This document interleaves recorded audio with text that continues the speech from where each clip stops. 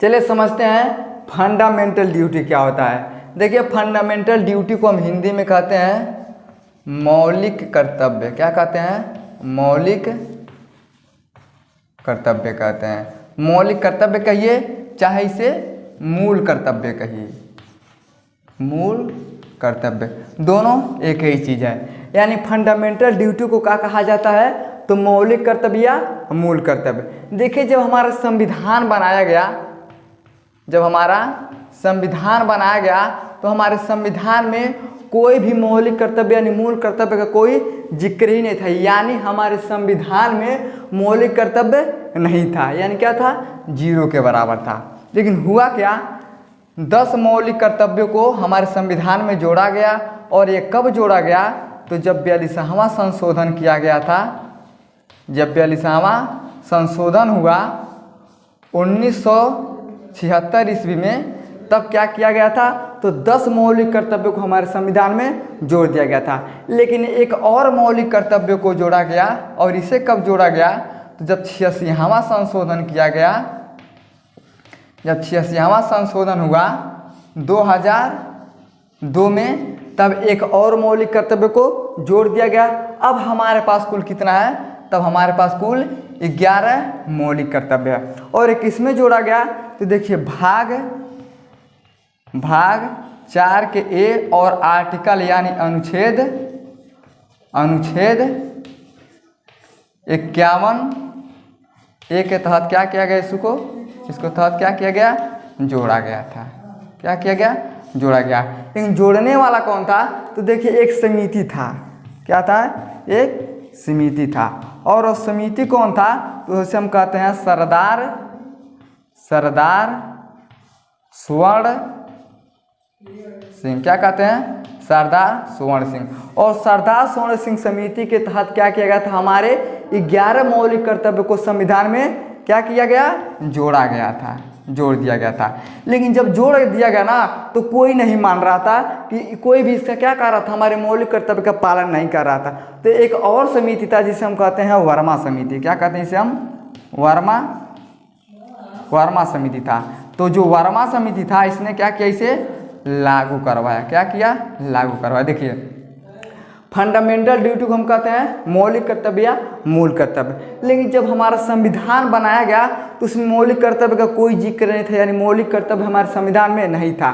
लेकिन 10 मौलिक कर्तव्य को जोड़ा गया। और कब जोड़ा गया? जब 42वां संशोधन हुआ था 1976 में, तब 10 मौलिक कर्तव्य को हमारे संविधान में जोड़ दिया गया था। लेकिन एक और मौलिक कर्तव्य को जोड़ा गया जब 86वां संशोधन हुआ 2002 में। इसमें कहा गया है कि 6 साल से लेकर 14 साल के बच्चों को फ्री में क्या किया जाएगा? पढ़ाई करवाना है। यानी सरकार क्या करेगा? इसे फ्री में पढ़ाएगा। तो ये कब जोड़ा गया? तो 86वां जब संशोधन हुआ 2002 में, तब एक और जोड़ा गया। और 10 और 1 मिला के कितना हो गया? कुल 11 हो गया। और किसमें जोड़ा गया? भाग 4A और अनुच्छेद यानी आर्टिकल 51 ए के तहत इसको जोड़ दिया गया। लेकिन जोड़ने वाला कौन था? तो एक समिति था, सरदार स्वर्ण सिंह समिति। तो सरदार स्वर्ण सिंह समिति ने क्या किया? संविधान को तो जोड़ दिया, लेकिन उसे कोई मान नहीं रहा था, कोई अपने आप के ऊपर लागू नहीं कर रहा था। तो एक वर्मा समिति था, तो इसने क्या किया? तो जो वर्मा समिति था इसने क्या किया? इसे लागू करवाया। अब समझते हैं कि 11 मौलिक कर्तव्य हमारे क्या क्या हैं। तो चलिए समझते हैं। देखिए जो हमारा मौलिक कर्तव्य है ये रूस से लिया गया है। देखिए पहला क्या कहता है? देखिए पहला क्या है? तो पहला है कि प्रत्येक नागरिक का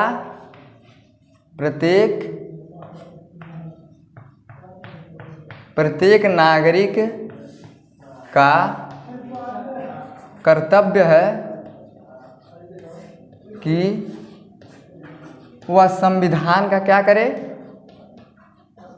संविधान का पालन करे। संविधान का पालन करे। वह उसके आदर्श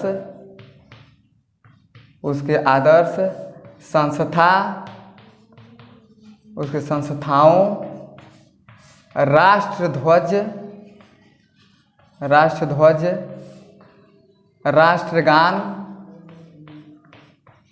राष्ट्रगान का क्या करे? पालन करे। ये क्या है? हमारा पहला मौलिक कर्तव्य है। दूसरा मौलिक कर्तव्य क्या है कि स्वतंत्रता के लिए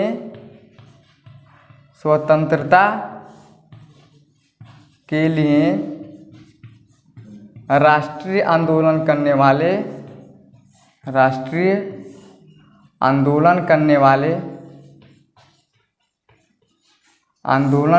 वाले को अपने हृदय में संजोएं और उनका सम्मान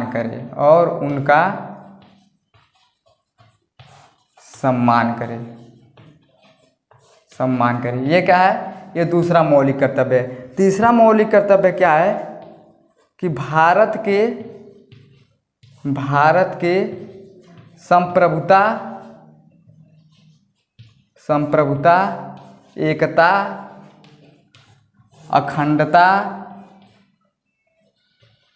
अखंडता का पालन करे।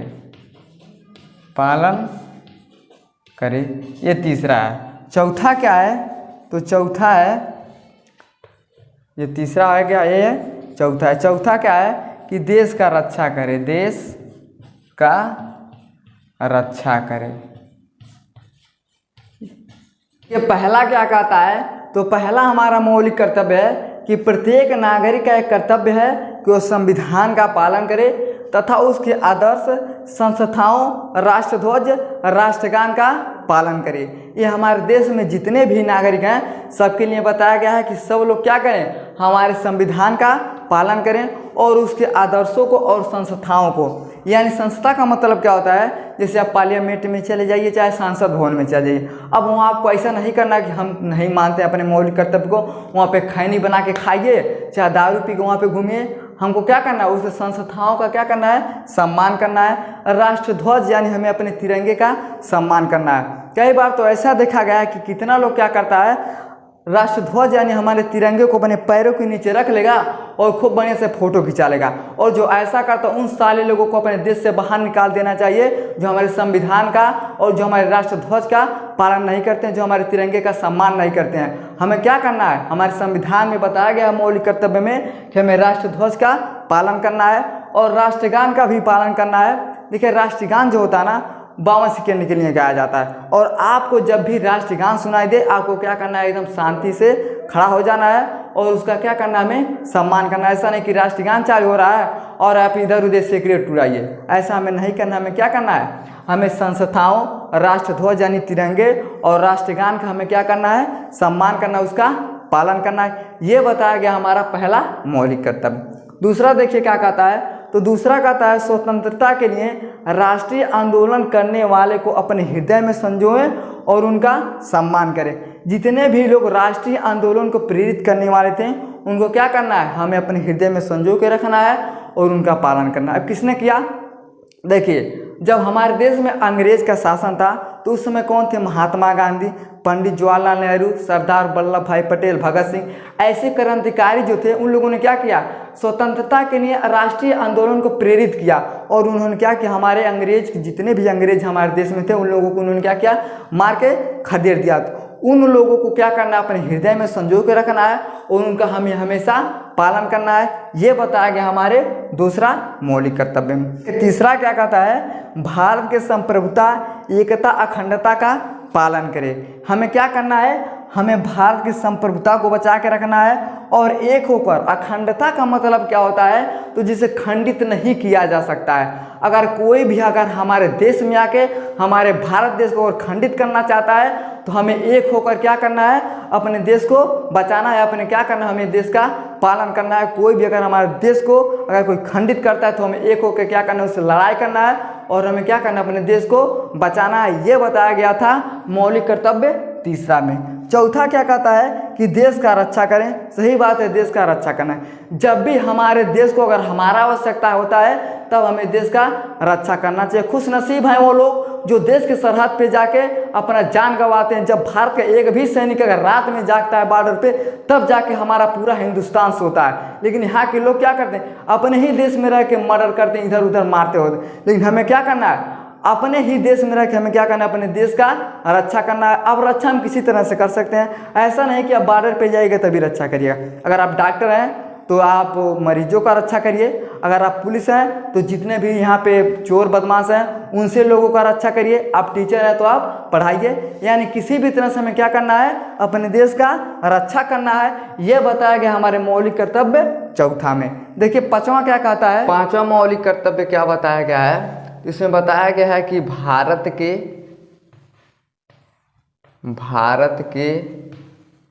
इसमें बताया कि भारत के सभी लोगों में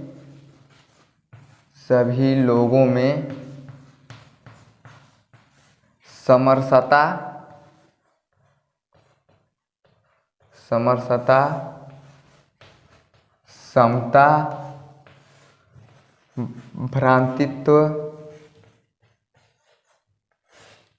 भ्रातृत्व का भावना का निर्माण करे। ये बताया गया है मौलिक कर्तव्य पांचवा में बताया गया है। छठवां में देखिए क्या बताया गया है, तो छठवां में बताया गया है कि हमारी सामाजिक, सांस्कृतिक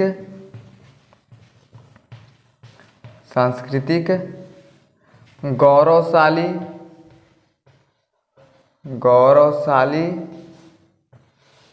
परंपरा का महत्व समझे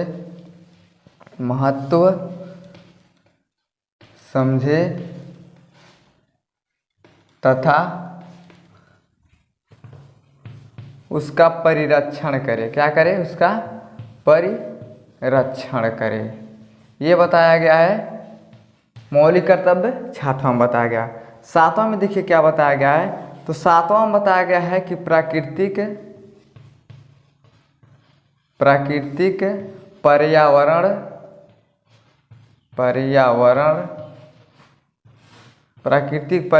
का रक्षा करे तथा संवर्धन करे। ये बताया गया है सातवां में। देखिए आठवां क्या इसमें बताया गया, तो आठवां इसमें बताया गया है, आठवां बताया गया कि वैज्ञानिक दृष्टिकोण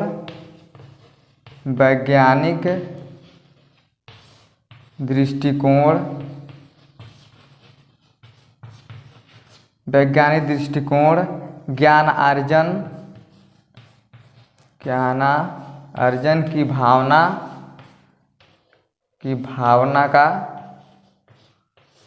भावना का विकास करे।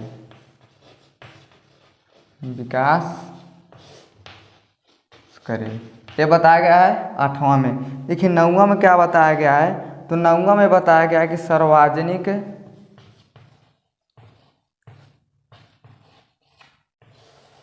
क्या बताया गया इसमें कि सार्वजनिक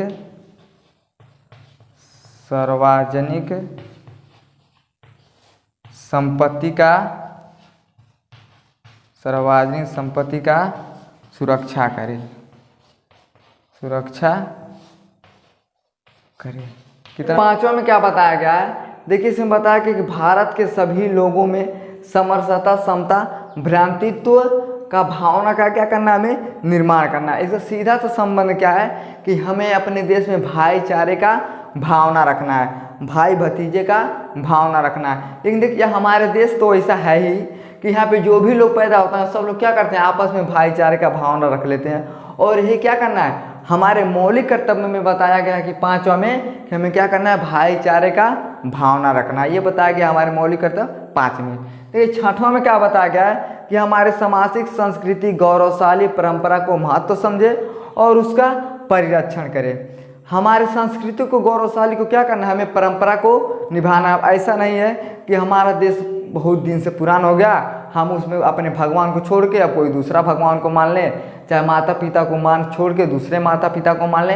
यानी हमें ऐसा नहीं करना, हमें क्या करना है, हमें अपनी संस्कृति गौरवशाली को बचा कर रखना। देखिए हमारे देश में बहुत सब आया, बाबर झाबर आया, चंगेज खान आया, महिरकुल आया, यानी बहुत सब आए, लेकिन कुछ भी हमारे भारत को लोग नहीं कर पाए। हमारा भारत का सांस्कृतिक गौरवशाली परंपरा अब भी हमारे देश में कायम है। यानी हमारा देश क्या बहुत बड़ा महान है कि इतना सब आए, लेकिन हमारे भारत की परंपरा को लोग नहीं तोड़ पाए।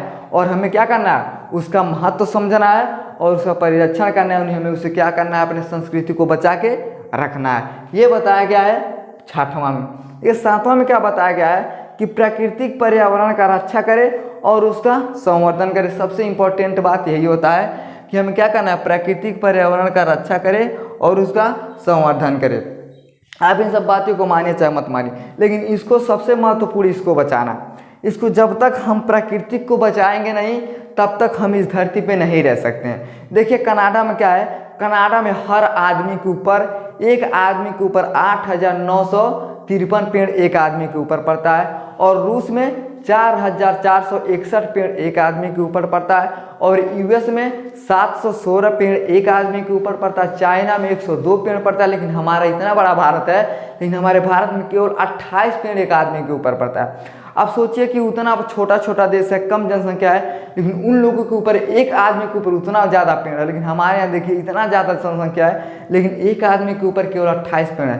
क्या हम अपने प्रकृति को बचा सकते हैं? हम ऐसे रहेगा तो हम अपने प्रकृति को नहीं बचा पाएंगे। तो हमें क्या करना है, अपने प्रकृति को बचा के रखना। अगर हम अपने प्रकृति को बचाएंगे तभी हम क्या रहेंगे, यहाँ पे जीवित रहेंगे। लेकिन देखिए इस पे कानून बना दिया गया है, यानी जो क्या 7वां है, इस पे कानून बना दिया गया। कानून क्या बनाया गया, तो संसद ने इसमें कानून बना दिया। इसमें कहा कि वन संरक्षण, क्या कहा, वन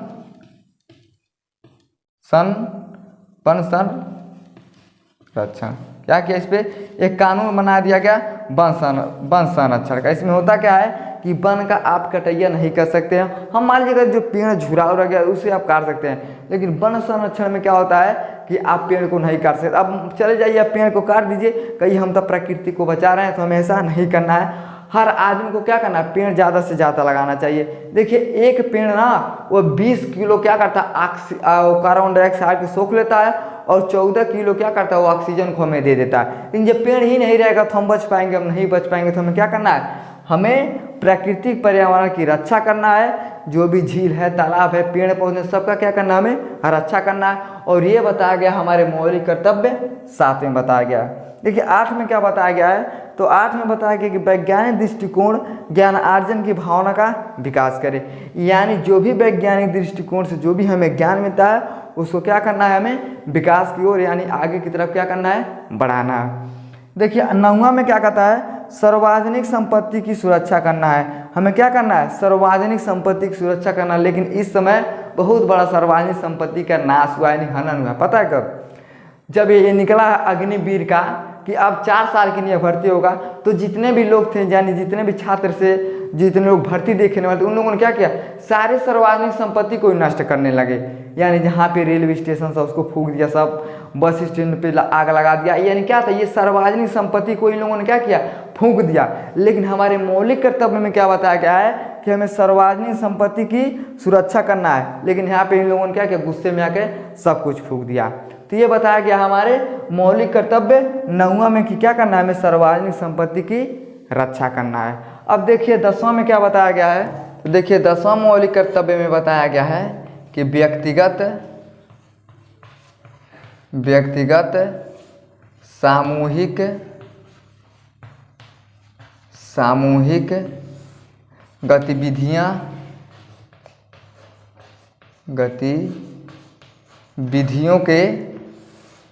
गतिविधियों के क्षेत्र में सतत आगे बढ़ने का